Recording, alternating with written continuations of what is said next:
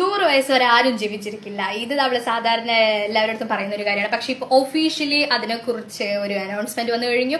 Officially എങ്ങനെ നമ്മൾ 100 വയസ്സ് വരെ ജീവിക്കില്ല എന്ന് മുൻകൂട്ടി പറയുക എന്നല്ലേ ചിന്തിക്കുന്നത്? ഓഫ് കോഴ്സ് SRS സിസ്റ്റം എന്താന്ന് മനസ്സിലായിട്ടില്ല അല്ലെ? അതായത് sample registration system. Indian government release ചെയ്ത ഒരു സിസ്റ്റത്തിന്റെ പേരാണ് SRS സിസ്റ്റം എന്ന് പറയുന്നത്. സൗത്ത് ഇന്ത്യയിലുള്ള സ്റ്റേറ്റ്സിലൊക്കെ ആൾക്കാർ എത്ര വയസ്സ് വരെ ജീവിക്കും എന്നതിന്റെ കണക്കെടുപ്പ് അവർ പൂർത്തീകരിച്ചു കഴിഞ്ഞു ഗൈസ്. ഇനി നമ്മുടെ കയ്യിലല്ല.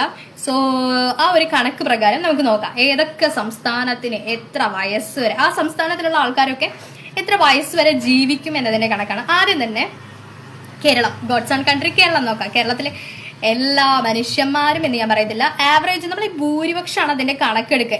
ഇപ്പൊ കേരളത്തിൽ നോക്കുകയാണെന്നുണ്ടെങ്കിൽ 75 വയസ്സ് വരെ മാത്രമാണ് ആൾക്കാർ ജീവിച്ചിരിക്കൂ എന്ന കണക്കാണ് വന്നിരിക്കുന്നത്. എന്ന് വെച്ചിട്ട് ചേട്ടാ എനിക്ക് 76 തികഞ്ഞല്ലോ എന്ന് പറഞ്ഞിട്ട് വരരുത്. ഇത് ഭൂരിപക്ഷം കണക്കാണ്. ഏറ്റവും കൂടുതൽ 75 ഏജ് വരെയാണ് ആൾക്കാർ ജീവിച്ചിരിക്കുന്നതിന്റെ ഒരു ഭൂരിപക്ഷം കണക്കാണ്. Got it? ഓക്കെ. ഇനി അതേപോലെ തമിഴ്നാട്ടിലേക്ക് പോകാം.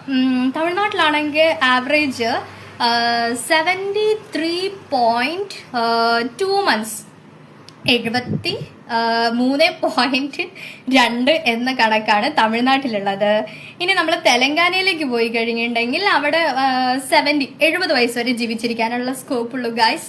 ഇനി അടുത്തത് ആന്ധ്രാപ്രദേശിലേക്ക് പോകാം. ആന്ധ്രാപ്രദേശിലാണെങ്കിൽ 70 വയസ്സും പിന്നെ 6 മാസത്തോളം എന്തോ ജീവിച്ചിരിക്കാനുള്ളത്. 70.6 ആണ് ആന്ധ്രാപ്രദേശത്തെ കണക്ക്. ഏറ്റവും കുറവ് വയസ്സുള്ളത് കോഴ്സ് കർണാടക. ബാംഗ്ലൂരിലേക്ക് എക്സ്പ്ലോർ ചെയ്യാൻ പോകുന്നതിന്റെ ഗുണമാണോ എന്ന് എനിക്കറിയാൻ പാടില്ല. കർണാടകയിൽ 69.3% മാത്രമേ ഏജ് വരെ മാത്രമേ ജീവിച്ചിരിക്കാനുള്ള സാധ്യതയുള്ളൂ എന്നാണ് മെജോറിറ്റി കണക്കാക്കപ്പെടുന്നത്. സോ ഇത് തിങ്ക് ഒന്ന് ആലോചിച്ച് നോക്കും. ഒരു ഭാഗത്ത് നമുക്കൊരു തമാശ ആയിരിക്കും നമ്മുടെ ഏജ് എങ്ങനെ ഇവര് ആക്കുന്നത് എന്നുള്ളത്. പക്ഷെ ഇതൊരു സർവേന്റെ ഫലമാണ്.